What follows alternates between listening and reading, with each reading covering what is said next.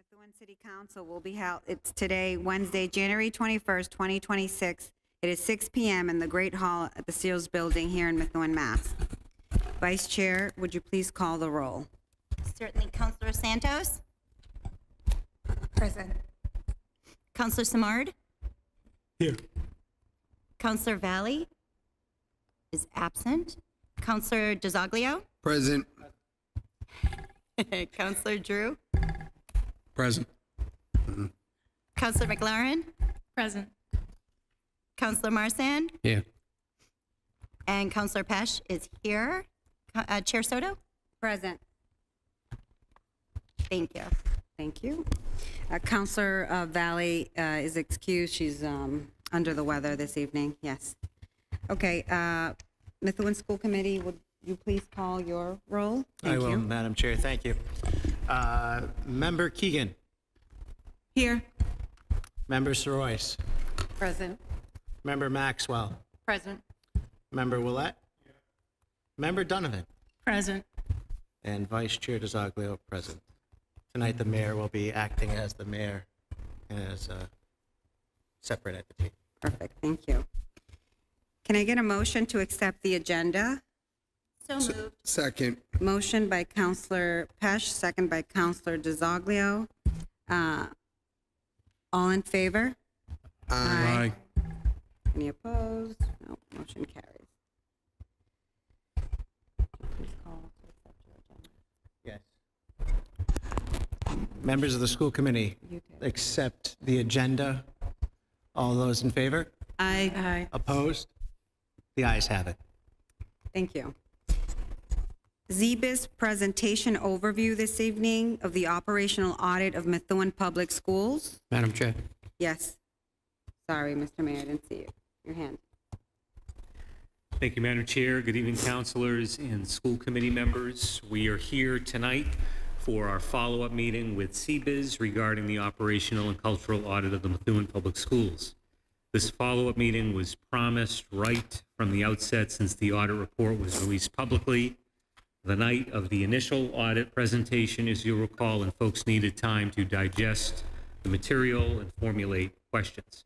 My thinking is that to be as efficient as possible with the auditor's time, it made the most sense to wait to schedule this meeting until the new city council, new school committee were both seated. With that said, much has changed since the initial meeting. Not only were the surveys for this audit a snapshot in time last spring. Since that time, we collectively, along with our state partners, resolved a tumultuous school budget planning process and made major strides on the facilities front. We now find ourselves in the midst of an active leadership transition in the district. The context has changed significantly. Rather than this being simply a series of recommendations that guide the recently departed superintendent's goals, they'll be used as a blueprint for reform for the next superintendent. Regarding tonight's format, counselors and school committee members were asked to submit questions to CBIZ by Friday of last week so that thorough and accurate responses could be shared tonight in a public setting. The auditors received 63 questions that they'll be answering tonight. In front of you, you will see two documents. We have the original audit report from September, as well as a printout of the slides for tonight's presentation.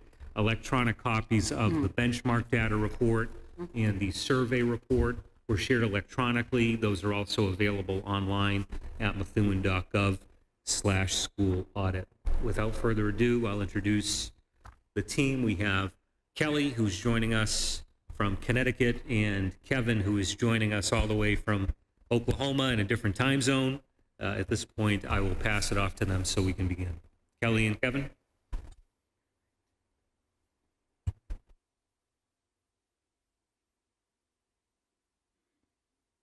The summary presentation first.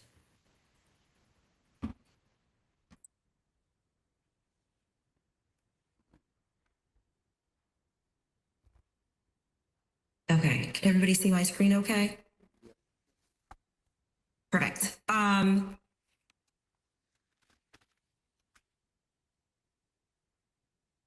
So the purpose of the MSP operation, the purpose of the original audit was an assessment of MSP's operation and culture. It offered a practical roadmap for improvements. The scope was a high-level operational audit, again, to help management to determine underlying causes and provide recommendations. The methods we employed to perform our work were stakeholder interviews, surveys with parents, students, and teachers, and benchmarking against peer districts. We used a collaborative mixed method approach, focusing on placing findings in context and prioritizing actionable recommendations. Our deliverables were the full audit report, survey results, and benchmarking data.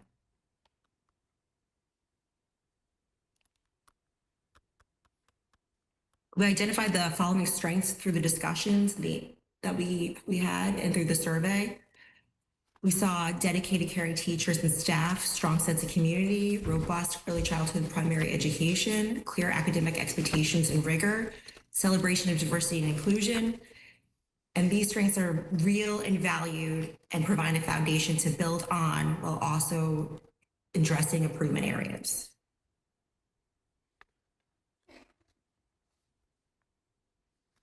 So these were the high-level MSP district areas for improvement: improve administration responsiveness, school district coordination, talent development, meaning redesigning professional development, including paraprofessionals, also standardize paraprofessional onboarding, strengthen staff feedback and recognition, create teacher leadership career paths, expand substitute recruiting, improve facility conditions and maintenance with annual benchmarking, address bullying, inconsistent discipline, and suspension disparities, advocate for increased funding and smarter allocation. Apologies. So we had the two main themes that were common across all the school districts were, again, strengthening proactive parent-teacher communication, enhancing professional development.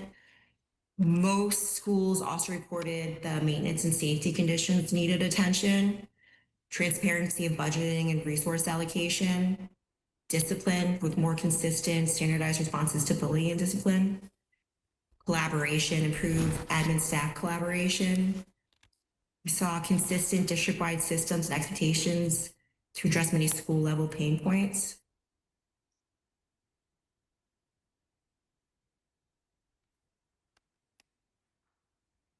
These were the outliers. These are very school specific. Methuen High School had increased administration responsiveness, enhanced counseling and mental health services. Early Childhood Center had reduced class sizes, ensure compliance with IEPs. Marsh was strengthen leadership accountability, and Timony was expand student recognition efforts. So that was very high level. We had over 19 slides from the original report, and this was just the high level of the themes. For detailed findings, obviously, please go back to the report, the audit report, the summary of the survey results, and then the new benchmarking provided that does have Malden. So thank you to everybody who did provide questions, and I am going to go through every single one because I know we want to respect your time too and the thoughtfulness you put into these questions. So stop me when you need to stop me. First question asked was, does there remain a commitment to conduct a second round of surveys? The decision to proceed with additional surveys, including the associated timeline, is absolutely rests on the city leadership and the school leadership. At this time, we are not in a position to speak on behalf or provide a definitive answer regarding the future surveys. So we recommend directly talking to the appropriate city contacts.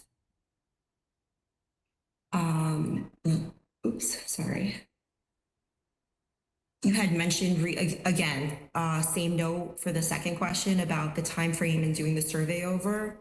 Question number 3 is, there were concerns related to me that the survey email was interpreted as spam.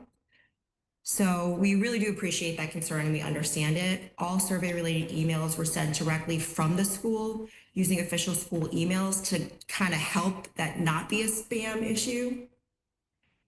To help recipients recognize the survey as legitimate, the school also sent multiple notification emails for information about the survey and included the direct links. These efforts were intended to ensure transparency and build confidence that the communication was authentic and safe to access.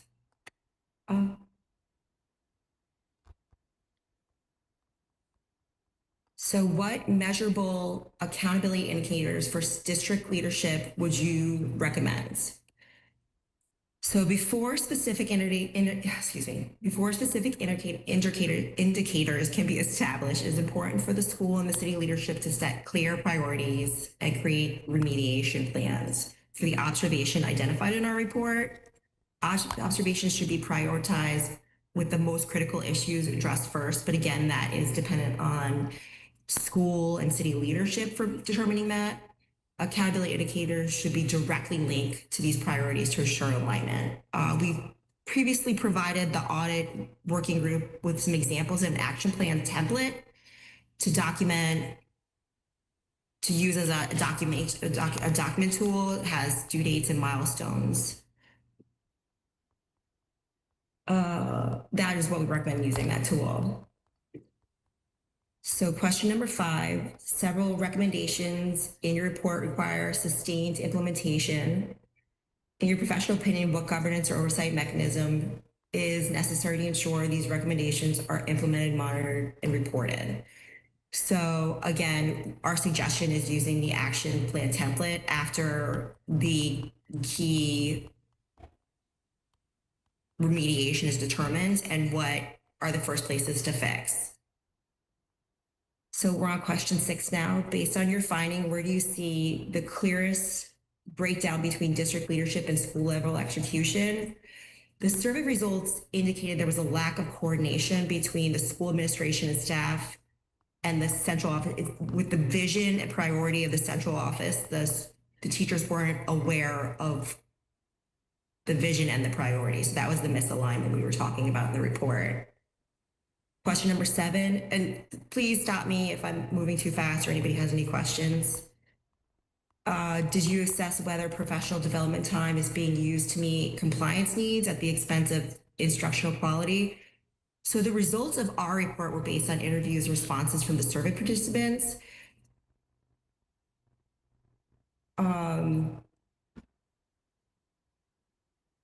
Sorry, I got lost for a second. The results of our report were based on interviews and responses from survey participants. This information reflected that professional development is viewed as insufficient, poorly planned, and not aligned with teachers' needs. We didn't perform further assessment or analysis beyond the results of the survey and interviews, as we did not consider further assessment as in scope for our review. Question number 8. Where do you see the greatest mismatch between spending and impact of student experience? So based on the limited scope of the review, the most notable areas where spending doesn't appear to translate effectively into a positive student experience are building maintenance, outdated technology. Investments in these areas seem to have less visible impact on day-to-day student life, suggesting an opportunity for greater alignment between resource allocation and student needs. Question number 9. So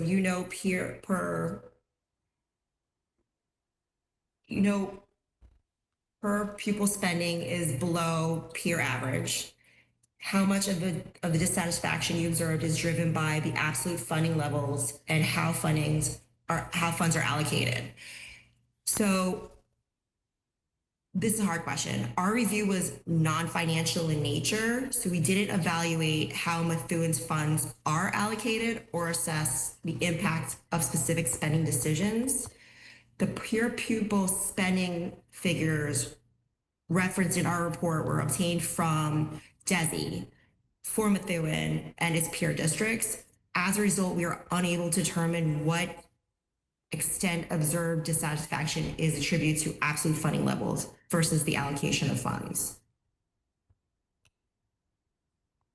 Question number 10, please confirm the scope of your work and key limitations. So again, the scope was provided in the request for a proposal issued by the city and can be found in the City of Methuen's website. From that document, the scope covers district culture, organization structure, leadership and governance, hiring practices and employee retention, and stakeholder engagement. And then limitations that we are aware of, findings based on responses received. Our recommendations are considerations reflected only of the information shared with us through the surveys and interviews. No additional analysis such as root cause analysis or cost analysis was performed. It is a point in time audit. This audit represents a screenshot in time and may not capture issues that emerged before or even after the period under review.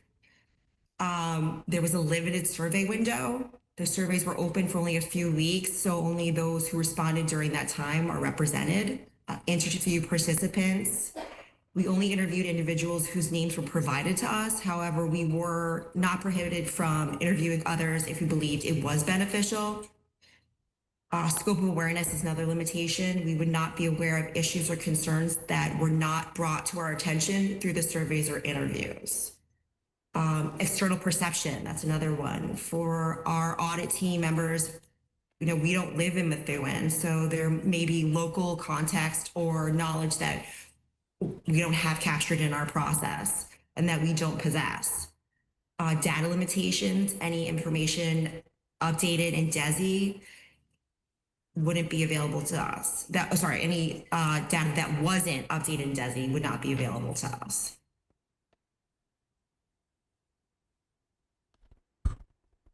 So going to the next slide. Okay, excuse me, if I may, before you go to the next slide, Mr. Mayor, since there's 6 pages here, did you want any questions on these particular items, or? So I'll leave that to the will of both bodies, where if you have questions that come up as they're going through, that's my recommendation. Aside from that, I'll leave it open-ended in terms of structure for you. Perfect, thank you, Mr. Mayor. So I'd like to ask the counselors if they have any questions or follow-up questions on page 1. Counselor Pesh. Sorry, I'm sharing your mic. Thank you. On question, I think it was 11, on the limitations, you mentioned Yes. that you interviewed individuals whose names that had been provided. I'm just wondering who provided you with that list? The audit working group. So we had, I can help answer this. So we had a separate audit working group that guided this process. It was completely separate from administration on the school side. There was no involvement, of course, with them. It was a group that consisted of members of the audit working group, which consisted of me, member Donovan, former member Shabelia, former councilor Ferretra was a representative from the council, and the audit team from CBIZ. And the goal behind the interviews was to, in essence, lay the groundwork for the questions that would be incorporated into the survey, which were sent to the entire Methuen Public Schools universe, so to speak.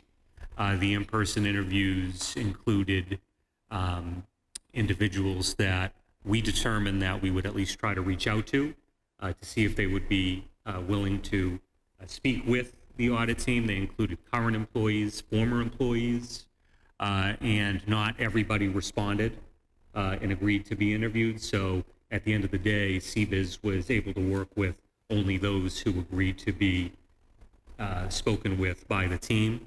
I will say that in terms of these audits, I looked at the police department audit as my own model for this, where folks from the PD were able to talk with the audit team in confidence, maintain total anonymity.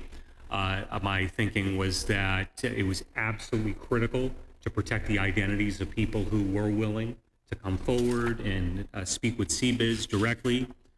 So for that reason, I've been very protective of those individuals' identities. So I'm not able or even willing to share a list of the people who were interviewed. Which was my next question. Yeah, I'm guessing you. that would completely violate any promise that I made to them that they would be safe to come forward and speak without any concern of repercussions or anything like that. So that information. Could you share, Mayor, not publicly, maybe even at a later time, but designations, like nondescript designations, like maybe where they fell in the chain of command? I think it'd be sufficient maybe to provide an overview of maybe number of administrators, number of teachers, number of Yeah, parents. anything you can Yeah. provide. That was the first time I had heard that, so Sure. Yeah, that makes sense. Yeah, we incorporated parents, we incorporated student representative as well. So And the group chose those people as well? chose the people to at least ask, but ultimately the people who agreed to talk with CBIZ, that came about organically simply by way of people agreeing to be interviewed. Okay, thank you. Any further questions from the body? Anything? Member Maxwell. I just have a couple quick questions. You mentioned the action plan template. Where is that, and who has that? So that is something that the audit working group discussed with CBIZ. That's something that we can certainly make available online. I didn't think of putting that on the website, but that's something that we can add to the website as part of this as well. Okay. And you asked the question about the interview. Also, you had mentioned the new benchmarks with Malden's data attached to that. Where is that? Where can I find that? So that came up as a new development. We had the initial presentation back in September, and there was consensus. I know, Member Maxwell, you had recommended the idea of including Malden. I think Member Willett might have mentioned Malden as well. And so, Kelly and Kevin, are you able to share any Malden specifics or where the group can find that information? Yes, I sent it to you over email. I can resend it if you need me to. Was it a part of the presentation for tonight in any of the appendices, or would that be No, something? Okay, that was separate. separate. So I'll go back and find that, and I'll circulate that with everybody as well. Okay.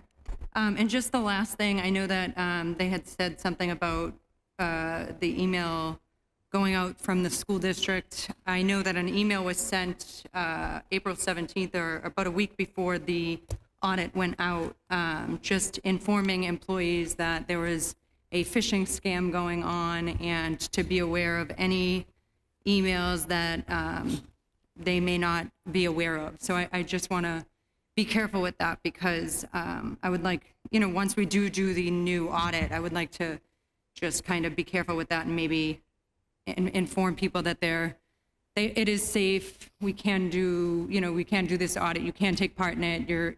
You will be protected, instead of, a lot of them didn't want to take the survey or open the survey because there was a phishing scam alert sent out a week before. So I just wanted to make that clear. Thank you. One other thing I wanted to follow up on regarding the surveys. So a really helpful part of this exercise was the development of the survey questions themselves. And I think that it's important for us, and this is something that we've actively discussed, the prospect of having this be kind of a living exercise where we're able to follow up and put that survey out again, collect this data, and so we can see in all these different areas where there's been perceptive improvement among respondents, areas where perhaps we need to continue to focus on it regarding improvement. As I referenced right at the outset, one of the things that was identified in the original surveys, these concerns regarding the budget situation, which was like a clear and present controversy when these surveys went out. Also, of course, the facilities concerns, which were still relatively fresh just in terms of the public discussion regarding that. And, we've seen significant improvements, which I would expect to be reflected in, say, a follow-up survey. So that'll be helpful for us to guide our continued reform efforts with the district. Thank you. Any other questions from the body? CBiz, you can continue on to the next page. Thank you. Thank you.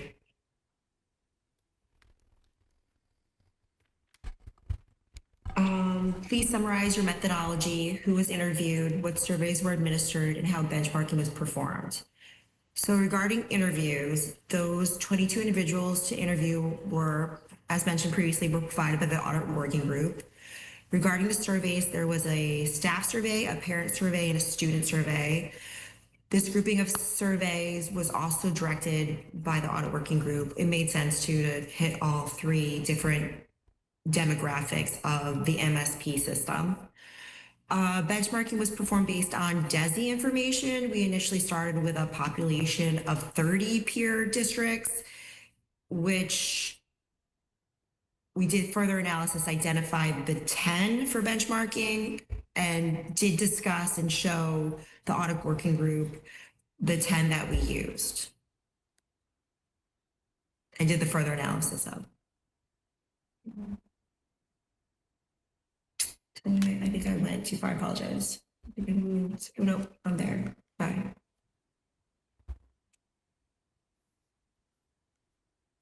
Okay, please describe the role of any district subcommittee, working group, or internal stakeholder played in defining scope, selecting interviewees, sharing survey distribution, and reviewing editing drafts. The scope was provided in the request for proposal issued by the city. The list of interview names and contact information was provided by the audit working group. The survey distribution was groups where were discussed with the working group, and the distribution of the surveys was done through the school, as previously mentioned. Draft reports were discussed with the audit group who provided feedback. Please confirm whether any parties outside of CBiz influenced findings, language, or conclusion. Not that we're aware of. Please provide survey response rates by stakeholder and, if available, by school building. So these results are included on slide 32 of the original audit report. However, we can share this slide on the screen if you want us to, but if you do have access to the original audit report, it is on slide 32. When interview feedback and survey sentiment conflicted, how did you determine what rose as a finding and district level recommendations? This is a great question. When interview feedback and survey sentiment were in conflict, we focused on frequency and consistency of themes. So issues that emerged repeatedly were classified as observations. If there were themes, if these themes were evident across multiple schools and throughout the district, they were evaluated at district level observations and forms the basis for broader recommendations. We applied our professional judgment in these determinations also. So provide the number of interviews by role and building if building administration terms were not fully interviewed at each school. So as the mayor mentioned, we promised complete anonymity to anyone surveyed and interviewed, so we aren't able to provide this information. We did not interview all members of building administration at every school. Anyone not interviewed had the ability to take the survey and provide feedback. The audit working group tried to keep the interview number to around 20 people for time and cost considerations. Additionally, not everyone we asked to interview agreed to be interviewed. What are your top 5 district priorities for the next 0 to 90 days, and why those first? So we are not directly involved in the remediation plan or in the setting district priorities. The identification of the top priorities for the next 90 days will be determined by the school and district leadership based on their goals and needs, and also the available data. For the most accurate, up-to-date information regarding district priorities, we definitely recommend reaching out to school leadership. What are top 5 priorities? Really the same answer. We are not directly involved in remediation or setting priorities. For top recommendations, who should be the accountable owner and what is a realistic timeline? So the assignment of an accountable owner and the establishment of realistic timelines are the decision, again, I apologize, they're the decision of the city and the school leadership. Some key metrics were included in our findings for consideration, can be found on that original audit report. Other key metrics to prove improvement will be determined by management as part of their action plan and remediation plans. For each building, what are the 1 to 2 main root causes driving the negative experience? So through the survey and the interviews, we specifically heard issues of leaking roofs, mold, pest infestation, other maintenance problems at many schools were significantly noted. However, we did not perform additional root cause analysis per our professional opinion to address these issues. MSP should create a means of documenting maintenance compliance and track resolution of the complaint. So I'll stop there and see if there are any questions. Thank you. Are there any questions from the council on the second page? None. Any questions from the school committee? Seeing none. Thank you, CBES. You can continue. Thank you.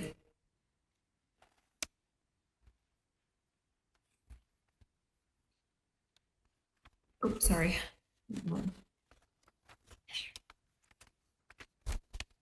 So for each building, what is the single most important monthly indicator you recommend tracking to show progress?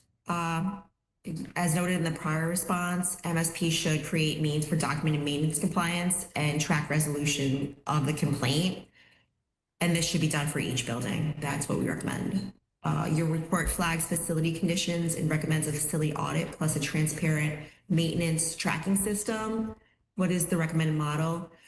So looking at models for maintenance was not part of the review scope. So at this time, we don't have any recommendations on a specific model.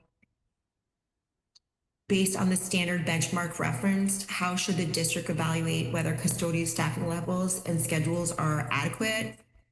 So again, evaluation would depend specifically on the remediation plan that the school implements.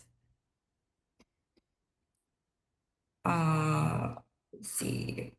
Your report notes Methuen's out of school suspension rate is significantly higher than peer averages. What are the likely drivers and what specific interventions do you recommend to reduce the out of school suspensions? This is a great question. While our review was not an in-depth root cause analysis by grade, school or student groups, we did note several likely drivers that emerged. So lack of uniform enforcement. So there was a noted lack of consistent enforcement of bullying policies across the district, which can contribute to the disciplinary disparities and increased suspensions. The other thing is resource and capacity constraints.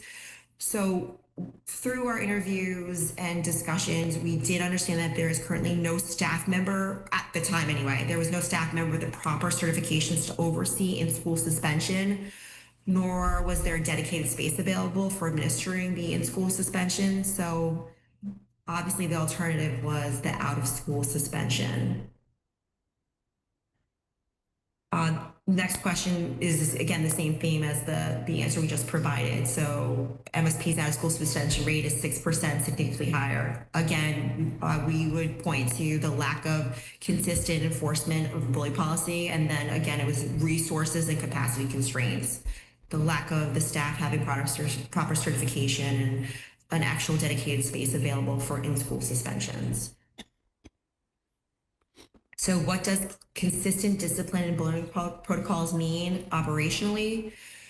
So in both survey results and interviews, we received significant feedback highlighting inconsistencies in discipline approaches and concerns about clarity and implementation of bullying response policies. Operationally, consistent discipline and bullying protocols refers to establishing district-wide minimum expectations of how incidents should be handled, clear documentations requiring recording and tracking of incidents, defining timelines and processes for communicating with parents or guardians, and structured oversight to ensure protocols are followed uniformly across all schools. The goal is to ensure that all students and families experience equitable and predictable responses, and that staff are supported with clear guidance with every stage of the process. Let's see, discipline with respect to bullying was considered inadequate or inconsistent. What system or institutional flaw created the reality? So again, it's the same answer, using the standard approach across all school districts for the bullying protocols and making sure you have timelines, communication with parents and guardians, recording and tracking incidences, and structured oversights for every protocol. What should the district track and report on discipline? So to ensure transparency and support continuous improvement, we recommend that the district should consider tracking and reporting number and types of reported incidents. So looking at discipline and bullying by school and by grade level. Response time is a very big one. So how quickly incidents are addressed after being reported. Outcomes of the incidents is very critical. So such as types of interventions used, disciplinary action taken, support provided, frequency of repeated incidents. So to monitor ongoing issues with individual students or whether certain settings. Parent guardian notification timeline, so that ensures communication standards are met. Resolution timeline, so time for initial report to closure. And then trends and patterns over time. So really, using that information to inform proactive strategies and resource allocations. We see regular reporting of these incidents can help identify areas of improvement, promote consistency across the school, and support safe and supporting learning environments for all students. The report talks a lot about discipline, root causes were identified. I mean, I'm going to point back to question 26, which was, lack of uniform enforcement and resource capacity constraints. What systems policies would be recommended to ensure equitable and fair consequences and response? Again, tracking, first off, consistently following policies across every school, and then doing the tracking, doing any kind of reporting, looking at patterns. That's going to help with that one. And then suspension rates are alarming. We talked about that already. Again, lack of consistent implementation and the resource constraints. Last question on this page is what are your recommendations to stabilize staffing and daily coverage, and what is the practical implementation plan? So our recommendation in the report were to partner with local universities and community organizations to recruit substitutes and track fulfillment rates monthly, and set a goal to achieve an efficient daily substitute coverage rate district-wide. We said the timeline would be within 1 year. But obviously, we would defer to what's best for the school based on what leadership says. So I'll stop there and open up for any questions. Okay. If I may, Mr. Mayor. Thank you, Madam Chair. I want to circle back to the discussion regarding custodial staffing levels. So the question was based on the standards/benchmarks referenced. How should the district evaluate whether custodial staffing levels and schedules are adequate, and whether the issue is staffing versus processes, supplies, or vendor support? I want to draw your attention in the original report from September to page 10. This deals with addressing facility conditions and maintenance. The second bullet point in that section actually outlines a best practice as it relates to custodial staffing levels. It indicates, I'll read it verbatim, with appropriate supplies and equipment, a single custodian can effectively clean approximately 11,000 to 18,000 square feet within an 8-hour shift, depending on the facility's condition and how heavily it is used. I'll just state right out of the gate that we're not even close in terms of our current custodial staffing levels. in any of our buildings to be able to satisfy that best practice. Not even close. The chasm is remarkable in terms of what we would need in the context of custodial staffing to actually meet that best practice. There was a point last year, there were some issues at the Tenny during the summer programs.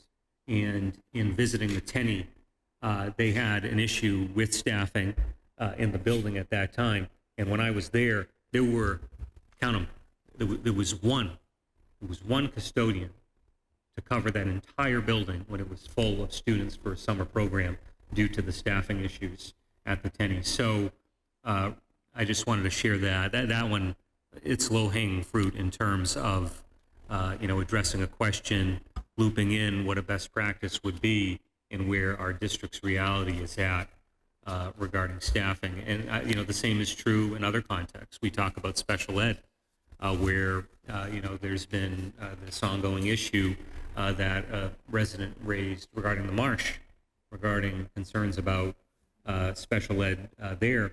And, there's positions available. And the issue is that there aren't people who are coming forward, lining up out the door to apply for these special ed related positions. And that's not just the case in Methuen. This is the problem quite literally everywhere. And so, this is something we talked with Commissioner Martinez regarding some ideas for regionalization and trying to tackle some of these issues along with other gateway cities that are facing similar problems. This is one example that I think we should certainly aim to get after. We have the funding there for these positions. The positions are available. We'd love to fill them, but the issue is the shortage in terms of candidates and the like. So I thought I would share that for some insight. Great. Any questions from this body? Counselor Drew. Mr. Mayor, you said that we're vastly under that 11,000 to 18,000 staffing wise. Just for reference, roughly how many square feet do we have in our schools? Well over 100,000. Okay. How many janitors do we currently have? Because, watching last year, it seemed like the first thing everybody wants to go to is let's cut janitors and custodians and those buildings. I want my schools clean, so how do we make sure that that's not the first thing that we go? We have to figure that out. So how many janitors, is there money there currently for janitors and we don't have people applying for that? Or is it just that special education like you were saying? So it's sort of a perfect storm. I'll let the acting superintendent, if there's any color to add. We're talking about the issue with filling custodial roles. There was a time when we had significantly more custodial positions in these schools' budget. That's come down over the course of the past however many years due to reductions and the like. I know that there's been some issues with filling some of these positions. One solution that the district has been exploring more recently is the prospect of bringing on retired custodians who have many years of experience, and in some cases, due to work-related pension issues, they're not able to work, say, a full schedule, but hypothetically bringing in a retired custodian to help out for, say, 4 hours, and then having another one do the same, that ultimately fulfills one shift. So there's different creative things that are being approached, but it ultimately comes down to the budget and coming down to that issue of funding, but beyond that, trying to find candidates who are willing to do this work. Acting Superintendent, not sure if you have more to add, but that's the view of it from 30,000 feet.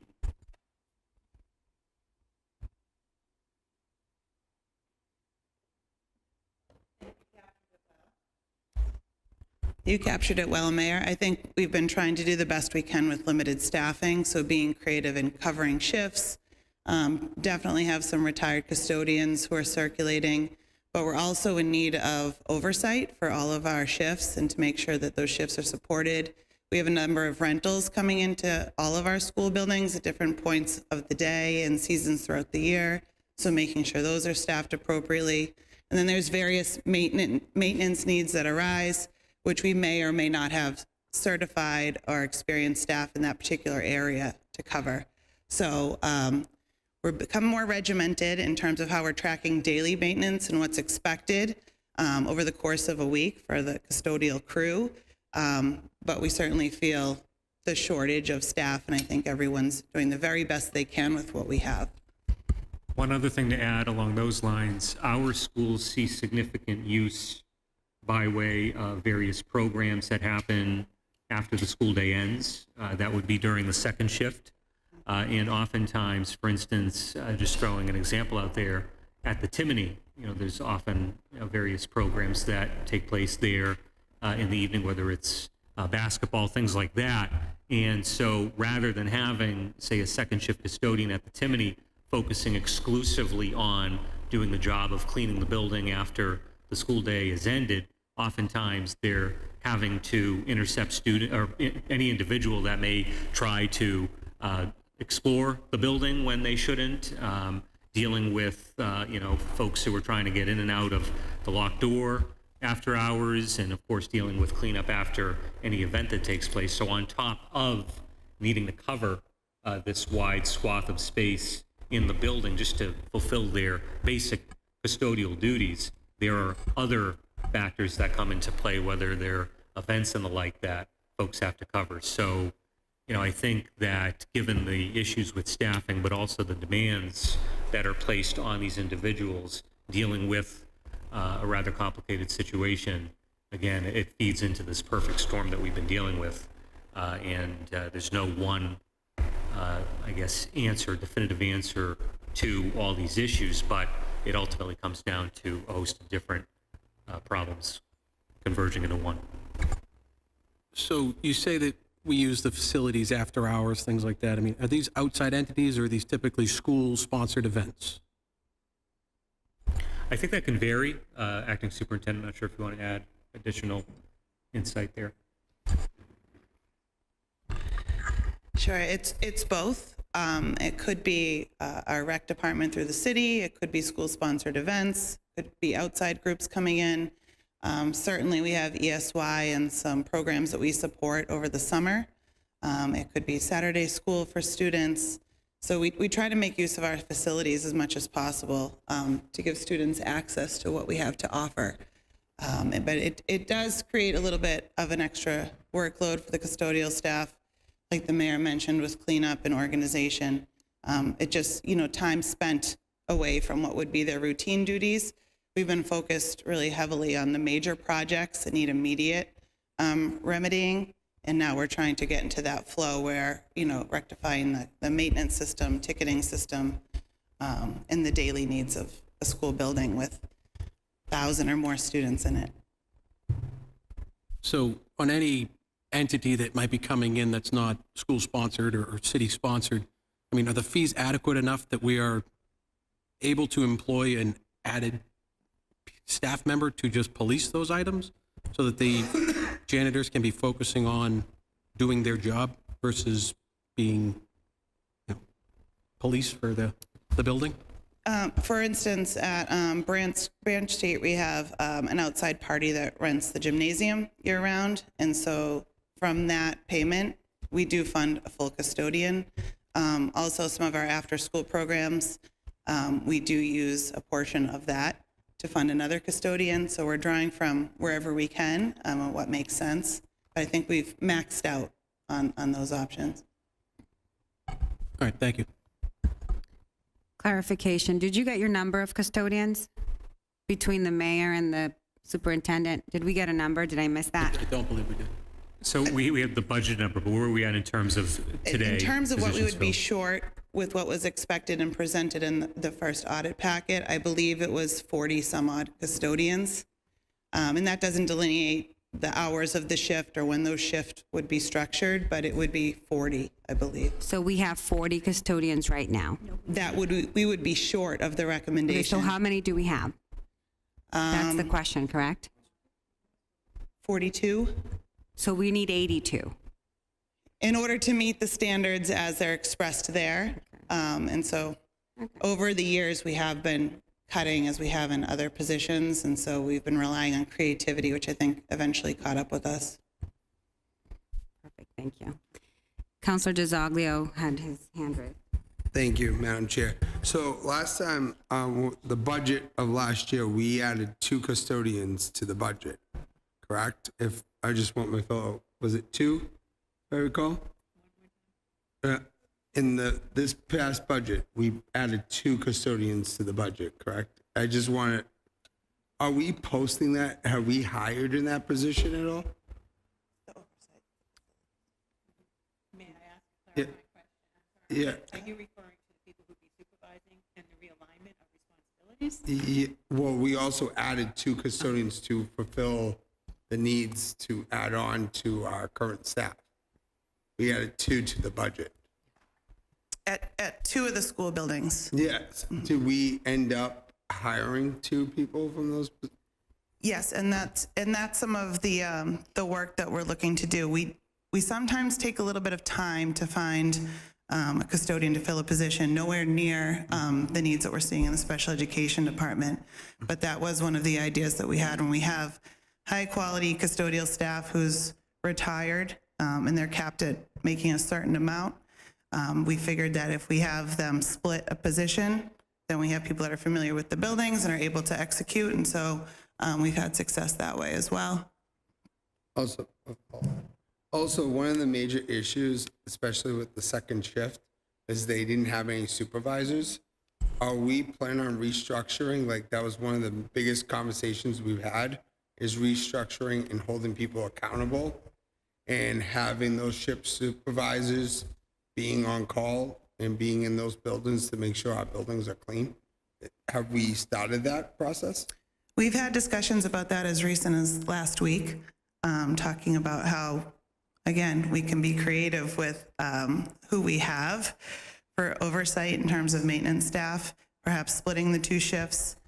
We had talked about, we have senior custodians who serve as supervisors of their custodial staff during the day, and at night that isn't necessarily the case, but we do have someone that oversees maintenance throughout the district and is helping to organize those tickets, and we thought, wouldn't it be smart to maybe have someone of that nature also at night to help with those projects, but also with the oversight.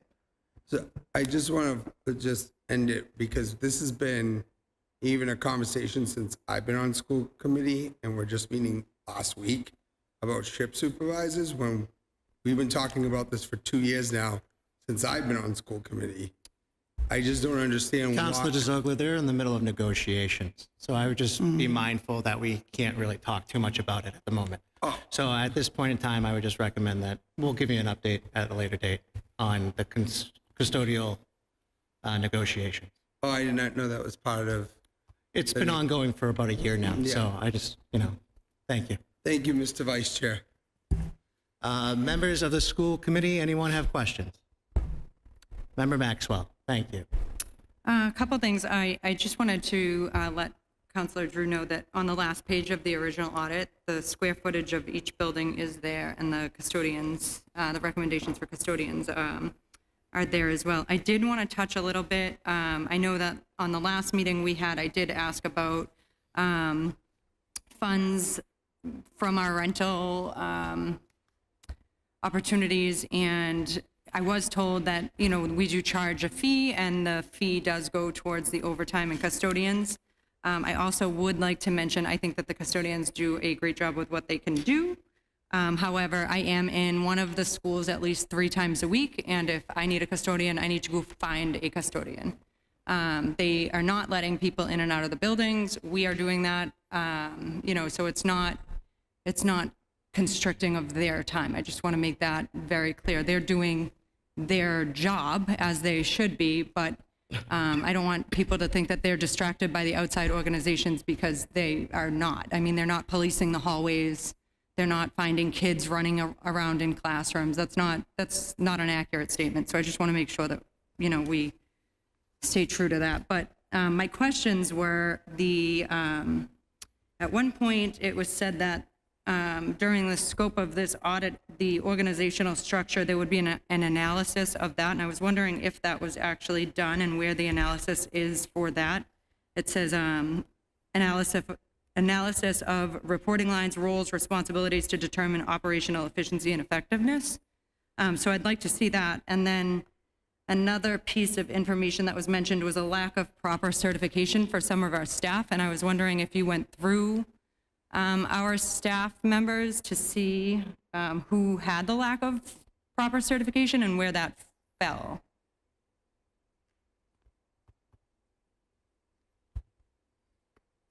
So I'll do the certification one first. So we actually met with HR to talk about how certifications are tracked, and the conversation with HR brought up the frontline system that's being used to verify that everybody who needs a certification is in compliance with Massachusetts state law, and that their certifications are currently up to date and have all of the PD and everything that they need. So there were no issues we saw no issues in that review on the staff that need certifications had certifications.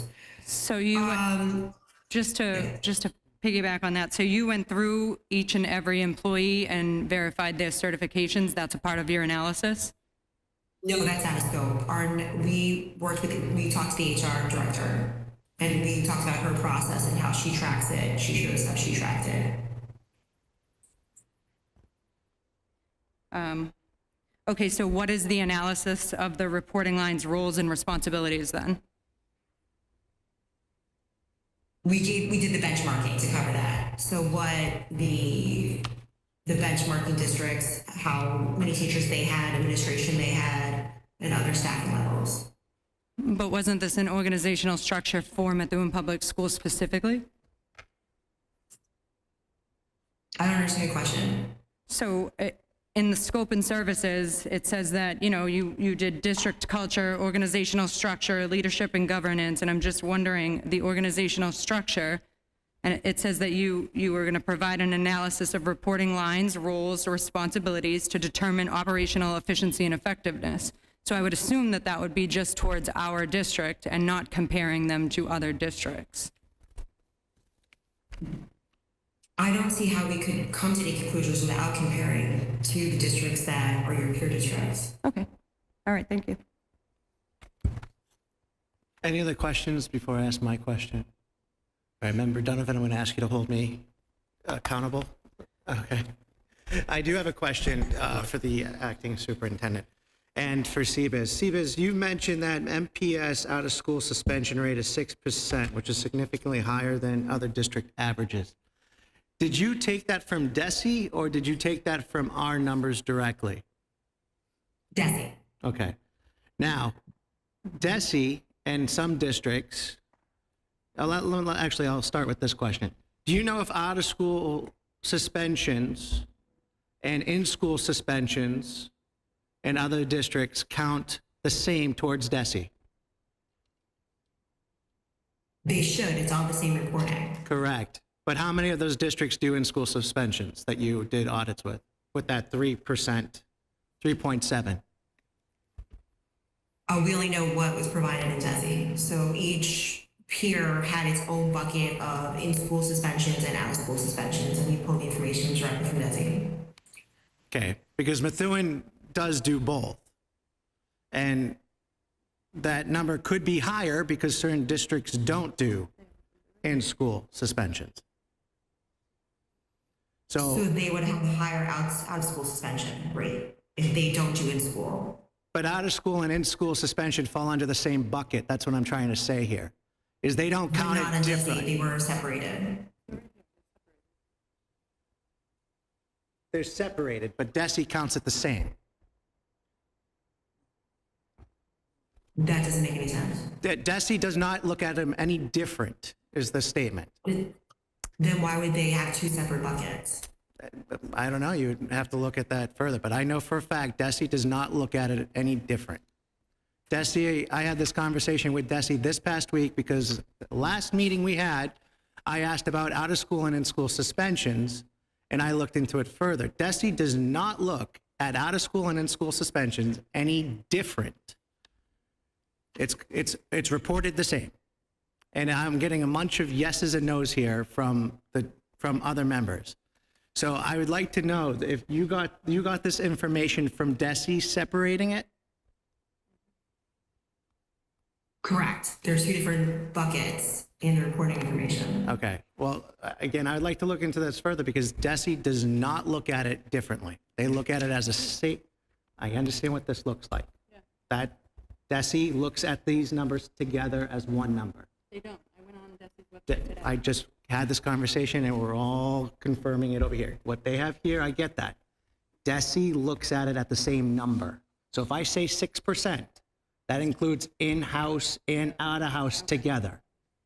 It doesn't separate it through the numbers. That's what I'm trying to get at. DESE does not look at that number differently. So it could be 3% in school, 3% out of school is what I'm trying to get at. So that's why I would like to look at these numbers a little bit closely because, again, are we adding the two buckets or are we taking the overall number? And that's what I'm really concerned about here is that we're giving a number here that might be inflated and DESE does not look at it differently. If I say I have someone suspended in school, out of school, and marks it the same way. The only difference is we're keeping the kids in the school, which then could be, again, more of a problem because now it could go either way, or we're having them go home and their parents are taking care of it. To them, it equals the same thing. So I appreciate it. Let's look into that a little bit further. And again, am I saying anything?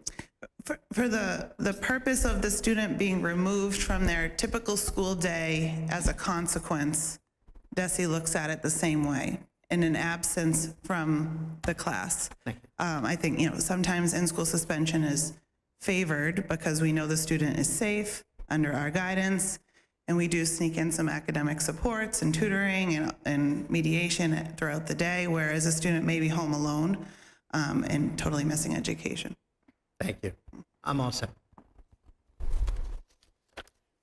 I have a question from Councilmember Pesh. Thank you. This would actually be for the acting superintendent, please.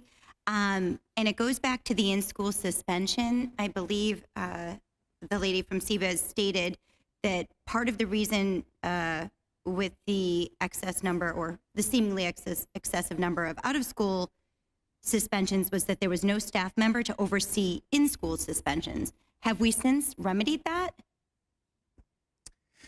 Depends on the school and the school building. So at the grammar schools, the principals felt strongly that they needed extra support that we don't call in-school suspension, but there are different support rooms where sometimes it's a student visiting for a few hours, needs to de-escalate, talk through things, get them back to the class.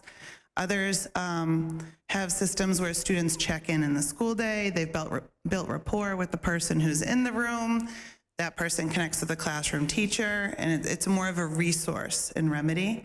Yeah. And then at the high school, it's more what you would imagine is traditional in terms of a staffer in the room who's able to be there with students. We do have, because my concern would obviously be primarily the high school, right? For those out of school versus in school suspensions. I think sometimes at that age, it might be a disservice to do an out of school suspension where especially, a student of that age could be self-sufficient and, not necessarily buckling down on academics, right? So we do have a certified whatever person in that role overseeing in-school suspensions as of right now at the high school. I will say, in terms of certification, I'm speaking first on the grammars and I'll go to the high school. We have staff that have behavioral backgrounds, some counseling backgrounds, BCBAs, many different experiences that are supporting the grammars. At the high school, we have a dedicated staff member who's a full-time staff member who's supported by the APs, associate principals. Very rarely will we have students reporting to that room for several days in a row. We use that more of an intermediary place, or if a student's receiving I-Decide, the drug education program, that staff member will be there while the I-Decide staff comes in or our counseling staff comes in. So I too was surprised by the note of not having a certified staff member. Yeah, because I would think that it's at the discretion of whomever, the disciplinarian to make that decision. I just never want a decision to be made necessarily for an out of school suspension because we don't have the ability to oversee an in-school suspension. That's never come up, so I was Okay. surprised by Yeah, that because as I well. heard that. That's why I wanted to check with you. All right, thank you. Thank you. All set. Seabas, you go on to the next page, please. Absolutely. Okay, so we talked about the first question, and I'll read you the second question. So, what are your recommendations to stabilize staffing and daily coverage, and what is the practical implementation plan? So, our recommendation in the report were to partner with local universities and community organizations to recruit substitutes and track fill rates monthly, and set a goal to achieve an efficient daily substitute coverage rate district-wide within 1 year was the timeline we recommended. Oh, sorry. The report references the opportunity to more fully utilize frontline, which models processes are more urgent to implement, what training is required. So again, decisions about what models or processes to implement first, the scope and format of the staff training, and a realistic rollout time are at the discretion of the district's human resource team. Human resource leadership is best positioned to address district needs, set priorities, and coordinate the implementation and training plan for frontline. For the most accurate and current information on rollout and next steps, we recommend contacting the HR department directly. Your report compares Methuen's per pupil spending to peers and links constraints to resources and facilities. What are the top 3 highest ROI investments if incremental funding becomes available? So our review was a general roadmap and did not include procedures specific enough to provide recommendations regarding specific priority areas to focus on. It's management's responsibility to identify those areas. After the meeting, if you can share an implementation matrix, that would be helpful. We did provide an action plan template to the audit working group on August 29th of 2025, but we're happy to provide an additional copy for everybody's use. How were the 22 people selected for interviews? Those 22 individuals to interview were provided to us by the audit working group. And then who defined the scope of the audit? The scope of the audit was defined by city leadership and stated in the request for proposal. Why was the superintendent invited to the kickoff meeting? The invitation was extended to understand the nature of the review in order to discuss it and answer potential questions coming from staff, parents, and students. It is common practice for us to invite key stakeholders to project kickoff meetings. Can you send questionnaires that have been sent to the people being interviewed? There were 7 different questionnaires for the interviewees. So questionnaire questions were tweaked based on the interviewee, if the interview was a student, a parent, staff, what kind of staff role they had. But yes, we can provide an example of the questionnaire if there's one specifically that you're looking for. No written responses were ever provided. Rather, the questionnaire served as a guide for discussion topics. I don't know if that changes anything. Did you interview any staff that had left the district or any families that are out of district? So yes, we did interview staff that had left the district, and we did have inclusion of parents whose children are no longer in the school district. Last question of this slide was how were the 10 comparable districts chosen? So benchmarking was performed based on DESI information. We initially started with 30 peer districts and through further analysis identified 10 districts for benchmarking. These 10 benchmarking districts were discussed and approved by the audit working group. Additional methodology details to be found on slide 31 of the operational audit report. I will stop and hand it over for questions. Any questions from the body? Councilor DiZoglio. So when it came to the people that left the district, how did you get that list of individuals that left the district? Was it from? We didn't get sorry, we got the list of people that were potentially available to interview from the audit working group. And it just so happened that there were people that were former staff and also parents that no longer had kids in the system that were part of that group. So the mayor raised, could you answer that? Because the question is, I work with two individuals that left Methuen district, which I passed it off, and they had a bad experience in Methuen and they never received a call. So the question is, now I want to ask, were those people all positive? How did they get their list, the audit group? And did they get it through admin or from HR? That's the question I would like to ask them, because I work with two individuals, which I passed off in the middle of a meeting, said I have two people that are willing to talk, and I never got received of that notice to pass it off. So I would like to know when this list of people and where they come from and what responses do they give. If I may, Mr. Mayor, Councilor DiZoglio, are you asking the question of the mayor, Yeah, ZBIZ, or any of the AWG members that asking are in about- this room? Prospects to be intervied? Yes, because yeah. You and I never had that conversation. I don't know what you're No, talking about. Mr. Mayor, I said at a meeting, I remember, I said, and member Maxwell was right next to me. I said, there are two people that I work with that had bad experiences, and then it went down a road. It could have been after the meeting when we had, but member Maxwell was right next to me when I said I had two people, all right, that had bad experience. You might have been just went, oh, okay, like, I'm not accusing you, it might have slipped, but the question is, down the road, if we're gonna re-interview people, I would like to know who's asking for those where are these list of people coming from? Because I would love to pass off these two individuals that had bad experiences.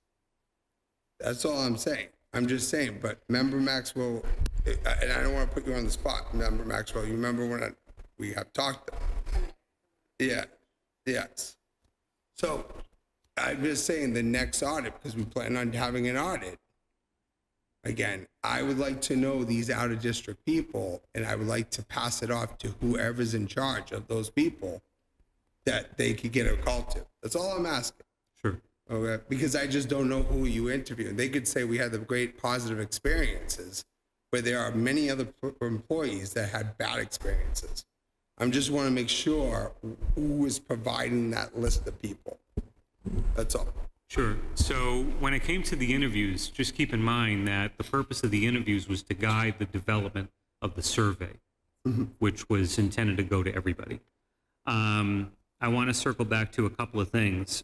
First of all, I want to clarify something that was mentioned about the superintendent being invited to a kickoff meeting. So the superintendent had literally not an iota of involvement with this until literally right before we came to you all. We had a discussion regarding the findings after this was already done, just to give at least administration a heads up before we unloaded this in a matter of a week after that, which was not only a best practice, that's the right thing to do, but there was no involvement with the superintendent in terms of anything that the audit working group was doing with any other aspect of the audit. Member Maxwell, you're shaking your head. I don't know if you have other information. One I second. was in the room.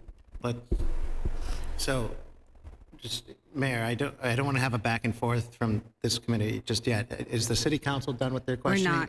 not. Well, I have other things to add. Okay, so we'll have you a So- chance to speak when we have the floor. So when it came to the scope, this had been something that was developed during the administration of former Mayor Perry.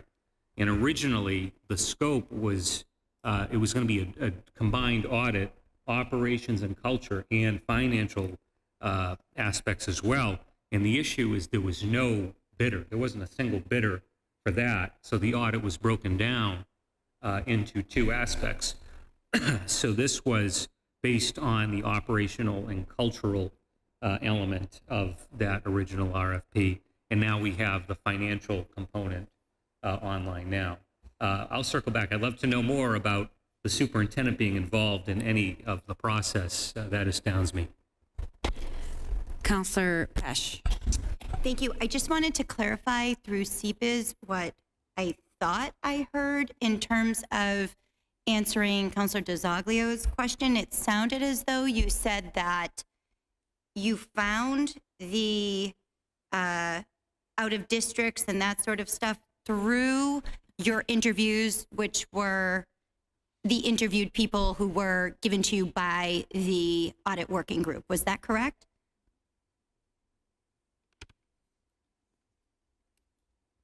So correct. In the people that we interviewed, the list was provided by the audit working group, and yes, it did consist of ex-staff and also parents that are no longer have kids in the district. But it was found almost inadvertently, yes?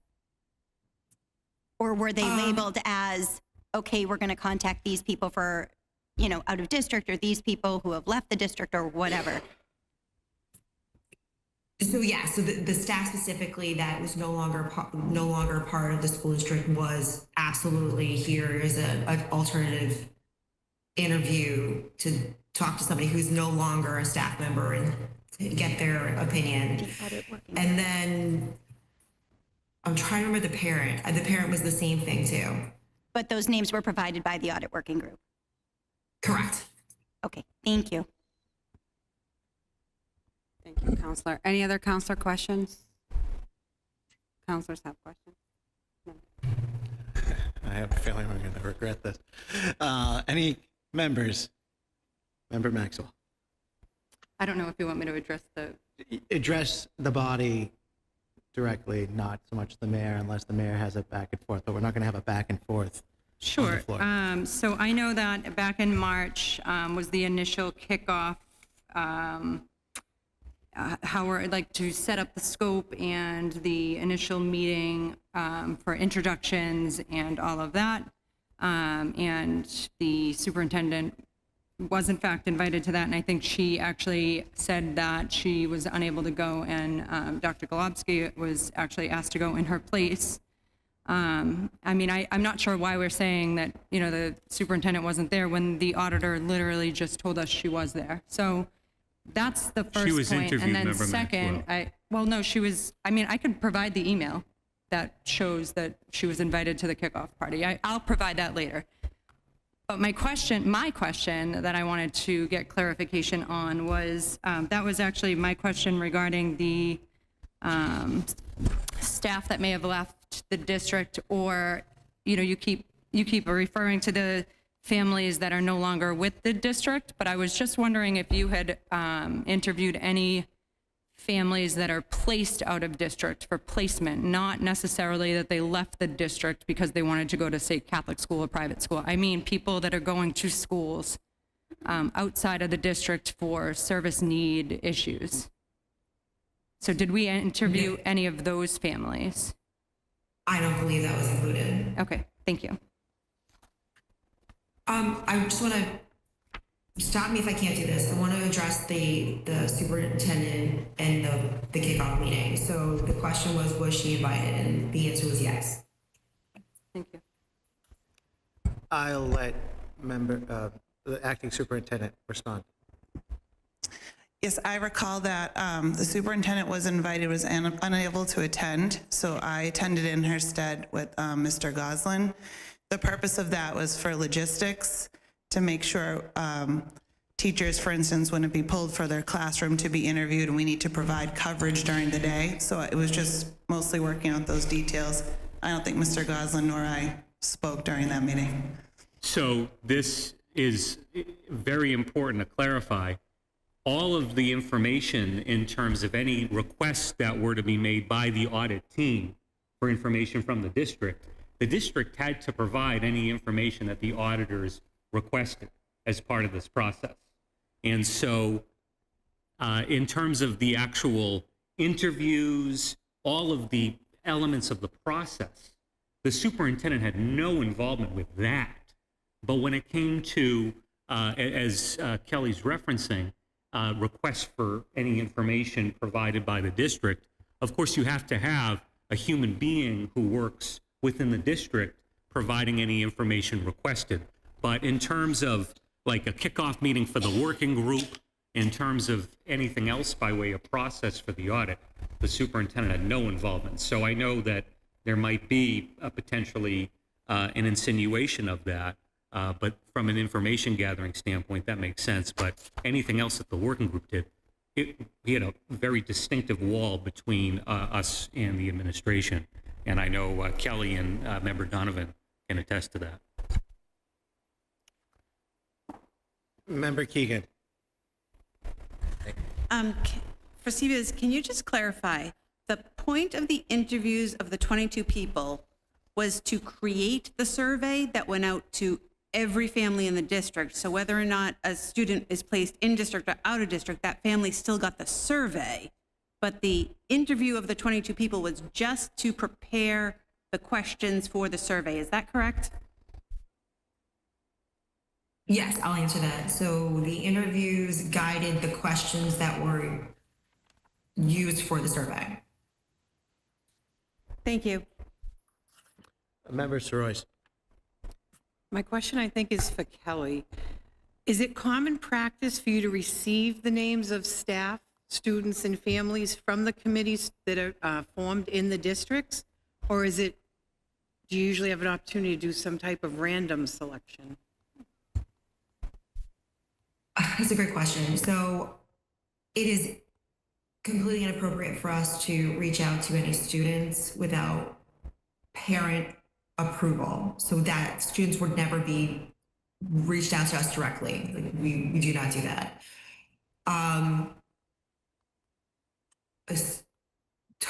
Reaching out to teachers is also another gray area because we have to be conscious about unions and contracts, and again, exactly what the interim superintendent said, their staffing needs to be available and coverage needs to be available. So in these situations, it does make sense for a list of interviewers to be provided to us that we know in advance, say, yeah, we're ready to interview, here's the best times for our schedule. Go ahead. You have it for.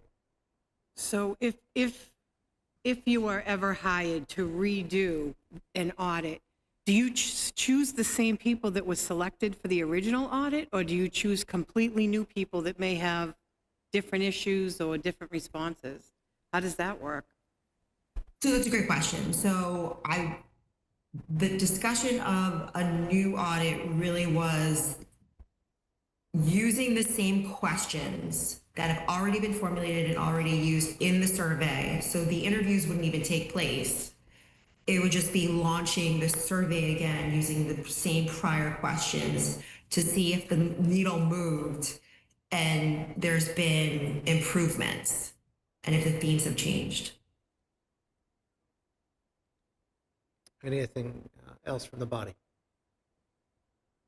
CBIZ, you can continue. Thank you. Okay, thank you.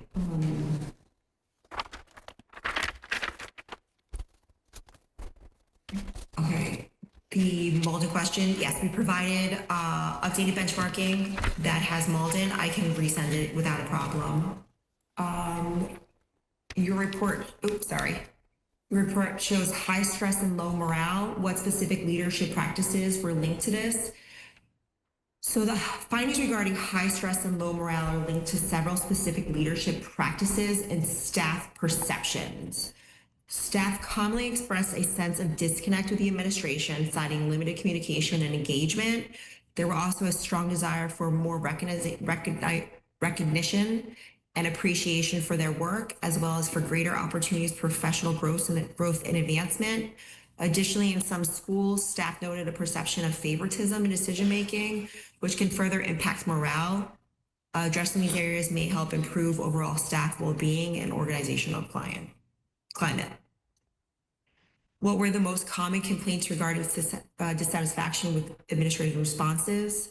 Staff and other stakeholders consistently indicated that the more regular and prompt communication would help address concerns and improve overall satisfaction. Where were things done at one school that could/should be carried over to the other schools? So we identified 5 strengths in the audit. Any of these items should and could be carried over to all of the schools. Did you identify safety issues? So yes, so safety concerns were identified during our review. Notably, we found that both the effectiveness of the bullying response and the issues related to school facilities can impact student and staff safety.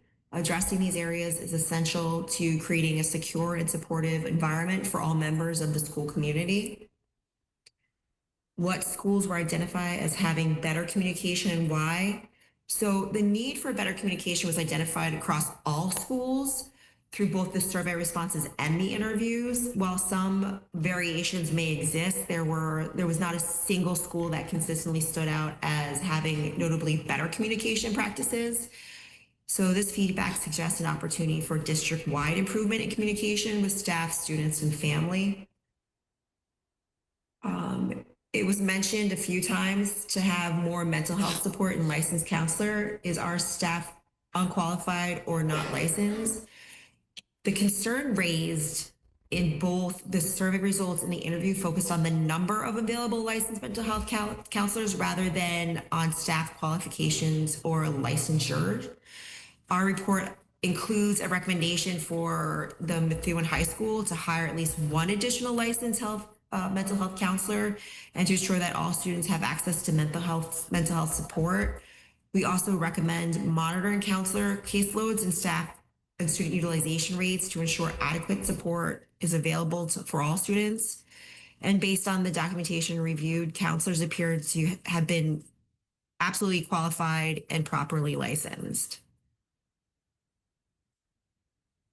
What were the names redacted and who made the decision to redact them? So names were redacted to honor our commitment to anonymity, as participants were assured that their responses would remain confidential. Additionally, the city's legal counsel specifically recommended that no identifiable information be about any member of the public or staff be included in the report. It is also not our firm's practice to reference individual names in our reporting. These steps were taken to protect privacy and encourage open and honest feedback through the process. Do the redactions limit the ability to understand patterns, accountability, or systemic issues? We don't believe so. What issues stood out as longstanding or systemic? How far back did you go? So as previously noted in the limitations, this was a point in time review driven by feedback from students, staff, and parents. Now, while the review did not specifically determine how far back the issues go, the consistent feedback from multiple stakeholder groups suggested that they were persistent for an extended period of time. Were there findings that did not make their way into the final report? So great question. Nothing material was omitted to our knowledge. The survey results included all findings from the responses received. That's that 127-page survey report.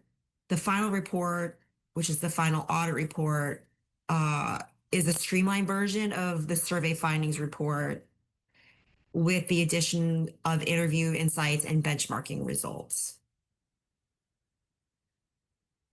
In what ways, when conducting the audit, did you find favoritism from administration towards staff?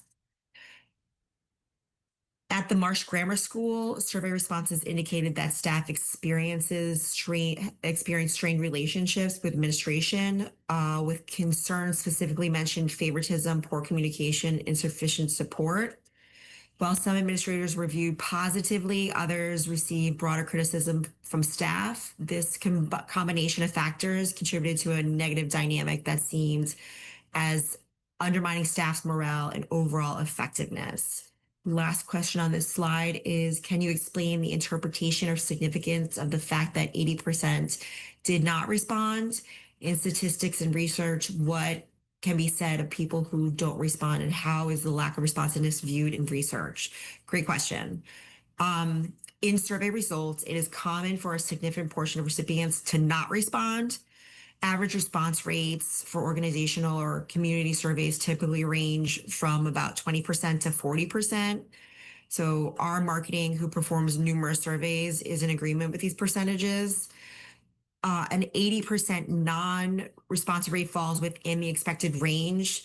So for many voluntary surveys, though it doesn't mean the results reflect only, though it does mean that the results really only reflect the views of those who chose to participate. Again, that was a limitation previously noted. Non-response is always a consideration in interpreting results, as it is not possible to know with certainty how the opinions of the non-respondents might differ from those who did respond. In research, this is called non-response bias. While it does not invalidate the feedback collected, it does mean that the results should be understood as representing the perspective of the survey participants rather than the entire population. Great questions. I'll pass it back for any additional. Thank you. Any questions from the counselors? Counselor DeZoglio. Thank you, Madam Chair. So the question is, especially the ones with like favoritism, dissatisfaction with the administrative responses, was there any questions that directly indicated when they felt like, just say, a principal wasn't responding, when they went to higher up admin, like the superintendent, they felt like they were being disregarded? I do not recall. If it is, it's definitely in the survey results. All of that was documented. So it was like favoritism in the sense of, because like I said, it looks like this line of questioning is just for principals. All right. But my questioning, did they felt like nothing got done when they went to hire admin? Was there anything of that sort of the line of the question? Because I remember watching the audit and they said favoritism, nepotism, and all that. But the question is, where was the nepotism coming from? Was it just principals, or was it the higher admin at central office as well? Again, you'd have to go back to the survey. I apologize. I can't recall. Okay. Thank you. Any other questions from the council? Oh, sorry, the mayor wanted to say something. Thank you, Madam Chair. I want to quickly address the issue of the redactions, because this is something that has been used as a political weapon to try to call the integrity of the audit and the audit process into question.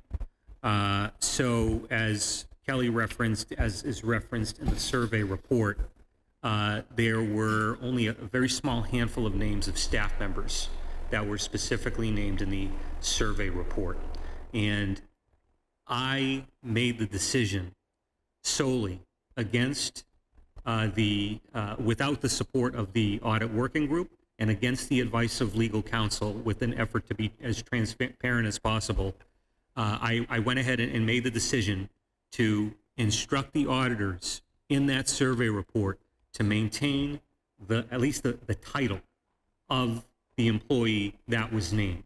And so hypothetically, just as an example, if there is a mention of supervising principal of XYZ school, there's only one supervising principal of XYZ school. And so in an effort to be as transparent as possible, again, I went against the advice of legal counsel, and I acted against the wishes of the other members of the audit working group to ensure that that information was in there. So if there's continued effort to call into question the integrity on the basis of a quote-unquote redaction, I want to make that clear as a direct rebuttal. Thank you, Mr. Mayor. Any further questions? Thank you, Madam Chair. Anything from the body? Member Maxwell. Just a point of information. I did want to mention that when we discussed, and I'm not going back and forth, but when we discussed the redaction, I remember it being a discussion on making sure that the reporters that were doing the reporting were anonymous, so that people felt comfortable coming forward and making reports. However, we never discussed being having the reported against being anonymous, because I do believe that that is important. However, when it was brought forward, it was said that I think the week of the audit being released, it was sent back that Sunday night, because there were names in it that needed to be redacted. When I brought that up as the initial concern, I was told that we would be able to access the redacted names and the redacted audit in an executive session. And when I've asked for the executive session, I was denied the executive session. So I know that there are multiple people who have seen the unredacted report. However, not all of us have. So I just wanted to make that very clear. I just want to stay true to being open and transparent, like you say, Mayor, and that was not a sole decision made by you, and I just want to make that very clear because it was said in a public meeting in May. So I just want to make that very clear that it was not just solely your decision. Any other questions from the body? Just to clarify real quick, it was my sole decision to act against the advice of legal counsel and proceed with including the title, at least at the very least, the titles in the report. Thank you, Mr. Mayor. Member Royce. I just had a question. I noticed the first question is wanting a comparable to Malden. Why did you not include Malden in your original 10 that are in the audit? And did you find it compatible to Methuen?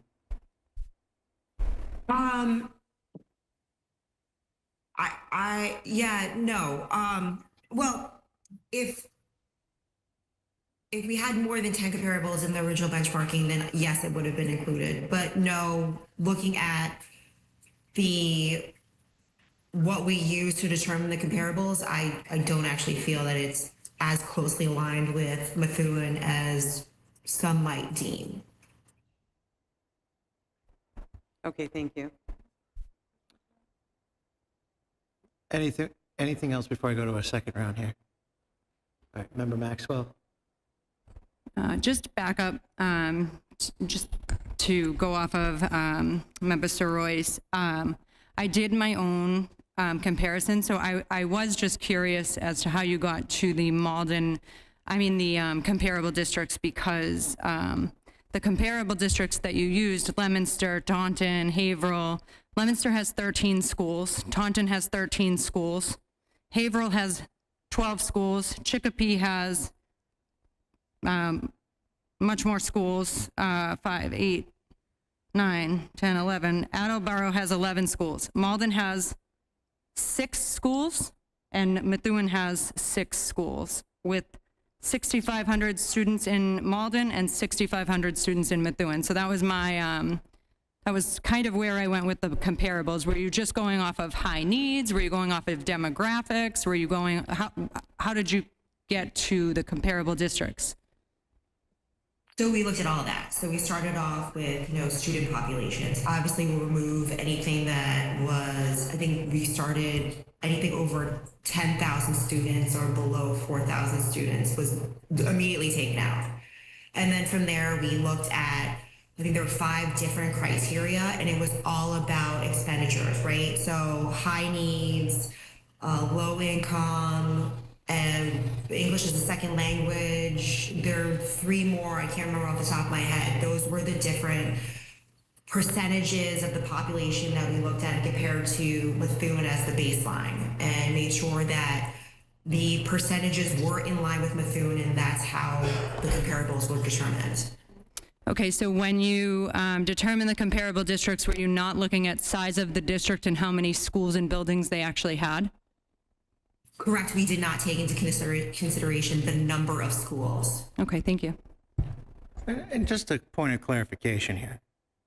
Methuen has really 9 schools. Okay, the grammar schools act as 2 operations, an upper school and a lower school, which has their own administration, supervising principals.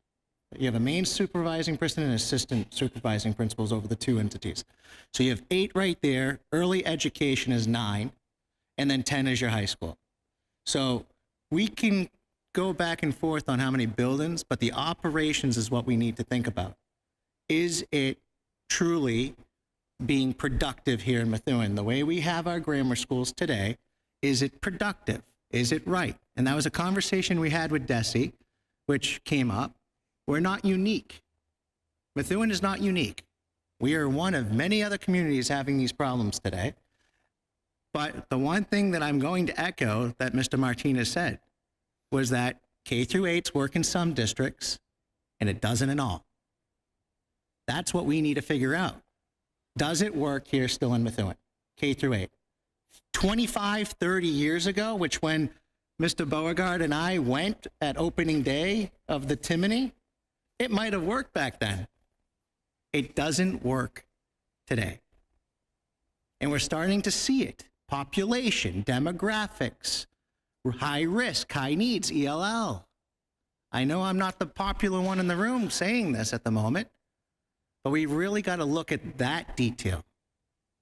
So when we look at how many schools, how many students, how many administrative staff, we are still light because we have 4 buildings. And we're spreading that team across the 4 buildings. But again, it's really 2 operations. You got to remember that. Member Donovan's going to correct me on something. No, I will not correct you. I have a question for Kelly. I just want to confirm all the data that you provided to us, whether it's enrollment, whether it's the number of days of students or teachers absent, suspensions and expulsions. Did that all come from DESE, or did you have to do some independent research? We had to do independent research too. There on slide 31 of the original report, I believe we cited at least three different things that we looked at. And I did also sleuth the other districts on their websites. Thank you, Member Donovan. Anything else from the body? I just, I love Ira. Mayor, anything on your end there? You good? I just want to make sure you have an opportunity. All right, all set. CBiz, you can continue. Thank you.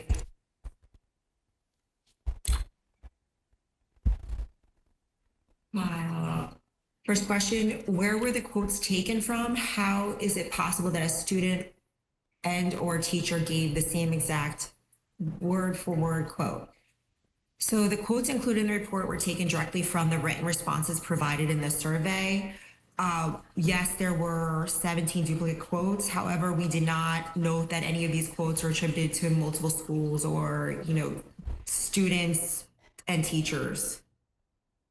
What assurance do you have that people didn't take the survey multiple times? For example, if staff took it from within the building, their IP address would be the same. I heard that people that took multiple times, one staff 9 times.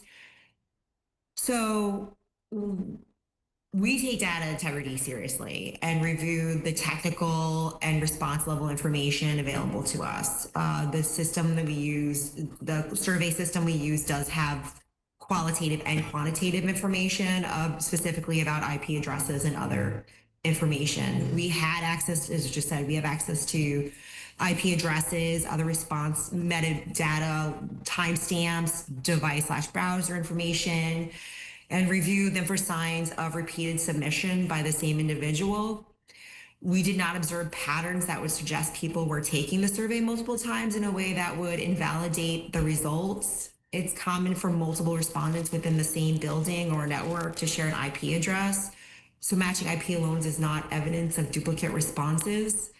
In some situations, multiple submissions were expected and appropriate. For example, a parent with children in multiple schools were asked to complete the survey once for each school their child attends, so that feedback can be attributed correctly. Based on our review, we did not find indication of abuse or invalid duplicate responses, and we consider the results to be valid. If helpful for future surveys, we can add additional safeguards such as unique survey links per respondent group, rate limiting or post collection duplication rules, if further strengths to further strengthen confidence. Next, based on your findings that IEPs and legally mandated services were not consistently delivered due to staffing and budget constraints, did your audit identify whether district is currently exposed to legal or regulatory risks? So based on our review, we did not observe that there is a systematic observation across the district. Concerns about ensuring IEP compliance were raised most frequently at the Early Childhood Center. Risk exposure. So great question. While not systemic, any missed or delayed delivery of IEP and legally mandated services can expose the district to legal and regulatory risk, including potential DESI findings, corrective action requirements, possible civil liability or other. However, we did not assess the potential risk exposure related to legal or regulatory obligations. I mean, priority recommendations to mitigate the request are audit the IEP service delivery monthly and communicate status to parents, including any missed services and plans to make up sessions, and then track compliance rates and parent satisfaction, monitor trends, and escalate persistent gaps for timely corrective action. Your report highlighted selective inclusivity, favoritism, and potential bias in discipline and program access. Did your team conduct or recommend a demographic or equity impact analysis? So we did not conduct a demographic or equity impact analysis because it was out of scope it was outside to the agreed scope, which focused on operations, compliance, staffing, budgeting, and service delivery. A rigorous equity study would require student level data that we were not privy to, additional time and statistical methods, and then expanded stakeholder engagement that was not plausible. If the district did wish to pursue this, we recommend a follow-up equity study with clear questions and metrics, validate data sets and analytical controls, transparency of stakeholder input, and an actionable remediation plan with monitoring. In the meantime, we suggest immediate steps are publish objective program eligibility criteria, standardize and document discipline procedure, track referral placement discipline decisions for consistency, provide staffing training on bias and equitable practices. These actions can strengthen fairness now, while a formal equity analysis determines whether disparities are systemic. So given the fact that we will be starting a search for our next superintendent, and given the fact that you conducted a professional review of our school district's operation and culture, what are the qualities we should prioritize in our next administrator? So during the search, we suggest prioritizing candidates who can demonstrate competencies with concrete outcomes. So example, student performance gains, improve compliance metrics, successful budget alignment, and ask for supporting documentation. Look for a candidate who can provide the supporting documentation, such as implementation plans, dashboards, and references that attest to transparent and sustained improvement. The recommendations also that we had in the report can be a guide for the new superintendent to initiate change. Could you go into detail and elaborate on staff and parent reports on selective inclusivity and explicit discrimination? Would you recommend outside training for anti-bias work and cultural competencies? So we are unsure what staff and parents reported on selective inclusivity and explicit discrimination are what's being referenced. So there are no such reports titled that we saw within the survey report or the original audit report. So while either approach can be successful under certain circumstances, the responses would be better addressed in a remediation plan related to professional development. I will push it back for any additional questions. Thank you. Any questions from the counselors?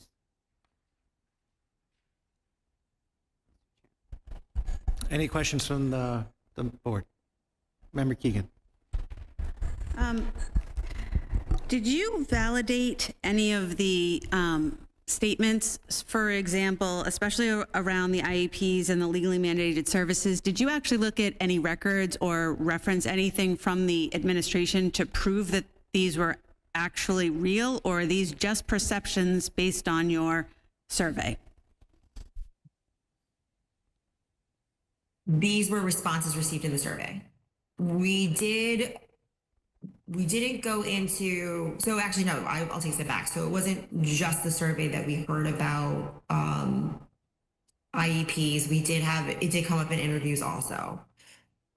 We did not do in-depth testing on whether or not it was factual. Okay, so all of this is strictly opinions and perceptions of things, not necessarily based on actual data from the district saying that we have out of compliance issues or anything like that. It's strictly perception. I mean, in regards to the survey, perception is reality, based on that tool that was employed. You all set, Member Keegan? Thank you. Anything else? CPIZ, I believe you have 1 page left with 3 more questions or 2 more questions. Yes. From your review, would you say that the distribution of resources are equitable among the 6 schools? If not, how should we tackle the issue? So based on our observations, we noted multiple instances of resource allocation concerns across the 6 schools and a need for more transparent budgets and school level resource allocations. However, an analysis of the distribution of resources was not considered within the scope of the work. Based on your professional opinion and given the data you collected, would you say that our district is underperforming with respect to management or administration? No, we do not. That is not our professional opinion.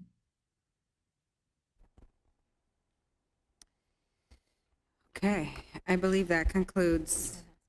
Yeah. Yeah, do we have any questions on these 2 items? These 2 questions. Anything from the board? Member Willett. Just very quickly, what is the process to do the survey again? Because if we're hearing that we make the final determination on that, do we put that on the school committee agenda next? Do you put it on the city council agenda next? I think there's a consensus from us that we should be doing the same vehicle of the survey again as soon as possible. So if that can be done, I appreciate that. Secondly, I've always, in all of my studies, and I refer to the Pioneer Institute as a reference, we've had Malden as a comparable district. So to me, that was a red flag that that wasn't included as part of the analysis. And I would encourage anyone to go on the Pioneer Institute website and compare Methuen to Malden. And I think there are other studies that are out there as well. So that was something, too, that was very concerning to me. But the most important thing is to give people an opportunity to do the survey again, because then you can measure the benchmarks from 7 months ago to the current time frame. Because what is the sense of having the audit? Because I heard from the grapevine that we've made all these improvements, and I'm very leery that we've made all these improvements. And I think the survey will give us a measure of that.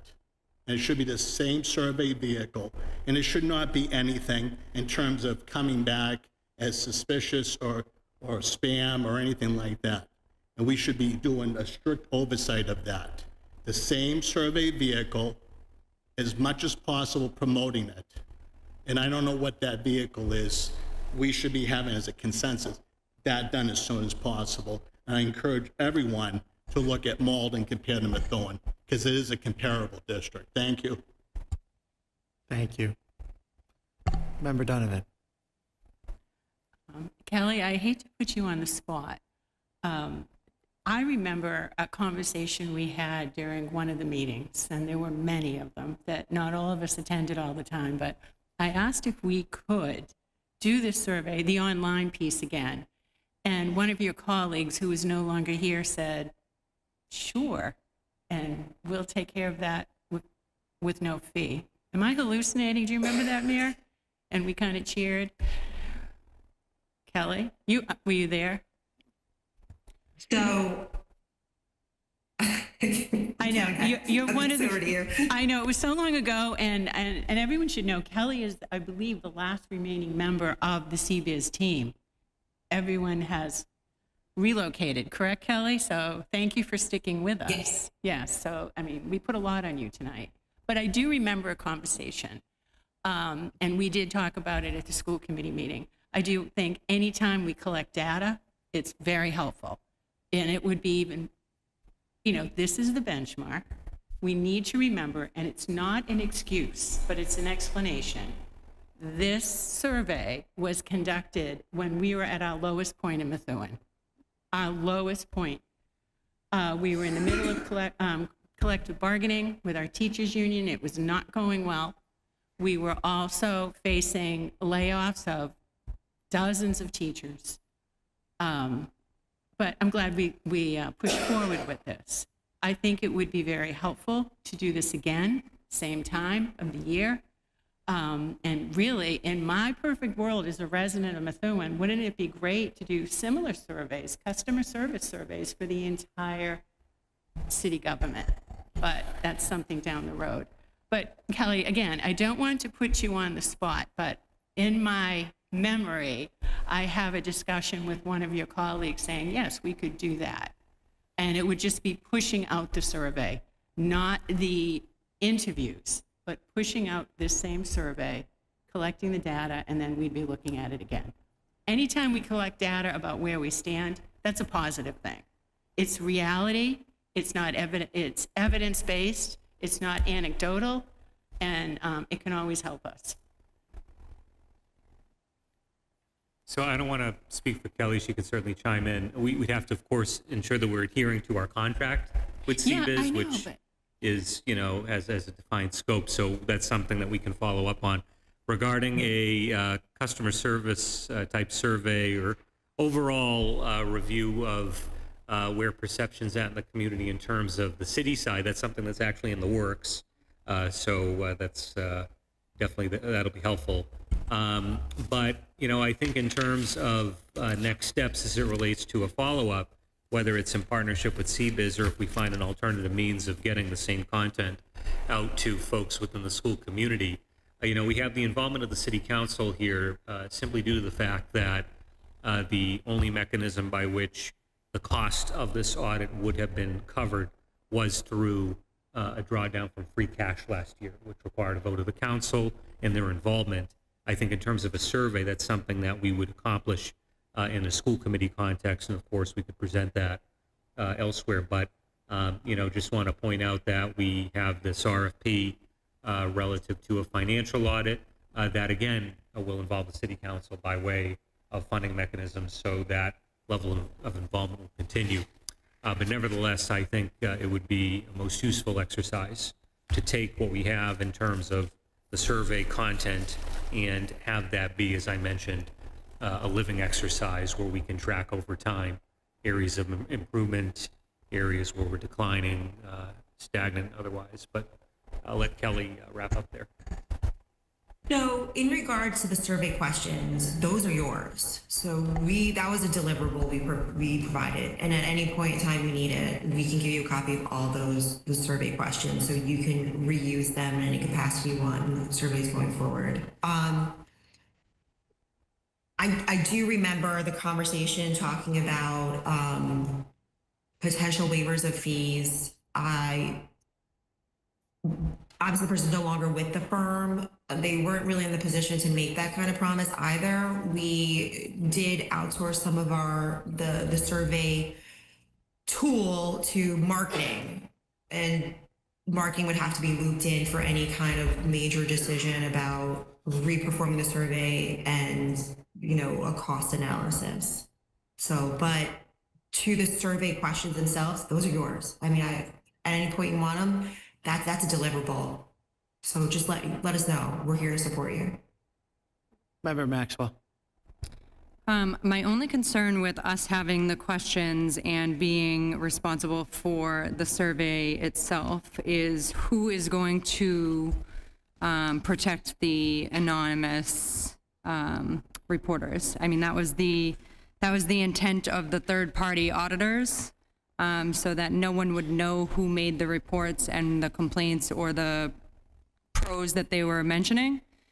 So if we have the questions and we put the questions out as a district, as a survey, someone on our side is going to be reviewing them, and anonymous reports are no longer. So I just want to make that very clear that if we are going to do this survey again, it has to be anonymous, and it needs to be done by someone that's not on the inside that's going to see who's making the reports, because we promised these people that they would be protected in that. So that's all. Thank you. Just a point of clarification, the surveys were always anonymous, right? And the 22 people that came in for interviews are the ones that we redacted. Am I correct? I don't think the surveys had names or an identification to it. So the survey responses did have certain indicators that I'm a student, I'm a parent. made it clear I'm an in some administrator. cases, in essence, giving away their identity. So Okay. that's something that we were cognizant of trying to protect as well. I just briefly, I do think that it is totally appropriate for us to explore potentially a third-party solution to facilitate that. And we have the questions. So Kelly, if you could have them sent, please, to us, to the mayor's office and to the committee, that'd be great. The one thing I'll end here too is with the board is we have a few different things coming up where we're going to be able to use these questions maybe in the superintendent search committee as a conduit, and any performance evaluations we want to do coming up, we can use some of these questions to gauge in our own ways the ability to get these, I guess you could say, compare the data between the past to the present. So, but let's not forget, we have a few different projects coming up that are going to kick off in the next year or so that will include a lot of this information. So I think we have a great conduit of options to be able to branch this off. Anything else on our end? All right, I'm good. Madam Chair. Thank you. If I may ask, Kelly, it was great to have all of our questions. It seemed like you had your answers, you prepared for this. Could you email those answers that you had to the mayor's office? And I'm sorry? No, we cannot. We are not prepared to provide our answers in writing. Okay. So I guess we'll have to redact them from this meeting as. Well, we do have this meeting being recorded and Correct. publicly shared. So I will use AI, I guess, as the answer. Yeah, I mean, for $140,000, correct? That's what we paid for this audit. I'm going to give my personal opinion here. I don't think this was the best audit that we got for that kind of money. That's the way I feel. I wanted to ask that question to the superintendent. No offense, Kelly. I know your team has dismantled, but I just want to be clear. I don't think it was worth our dollars, Mr. Mayor. So with that being said, I think then we're done with our questions this evening. Is there any further questions here? Okay. I would take a motion to adjourn our city council, from the city council. So moved. A motion from Councilor Pesh, seconded by Councilor Samard. All those in favor? Aye. Roll. You have to do roll call. No, not on the motion to adjourn. Okay. First, thank you, CBES, for joining tonight. Thank you for providing your responses. I'll take a motion to adjourn from the school committee. So moved. Second. Second from Member Keegan. All those in favor say aye. Aye. Opposed? The ayes have it. We're adjourned.